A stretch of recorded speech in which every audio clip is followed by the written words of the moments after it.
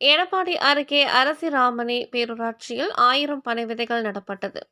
தமிழ்நாடு அரசின் சுற்றுச்சூழல் மற்றும் காலநிலை மாற்றத்துறை, கிரீன் நீடா சுற்றுச்சூழல் அமைப்பு, தமிழ்நாடு தன்னார்வலர்கள் அமைப்பு, தமிழ்நாடு பசுமை அமைப்பு, சேலம் மாவட்ட நிர்வாகம், சிப்காட் ஆகிய அமைப்புகள் ஒருங்கிணைந்து பனை விதைகள் நடும் பணியில் ஈடுபட்டு வருகின்றனர்.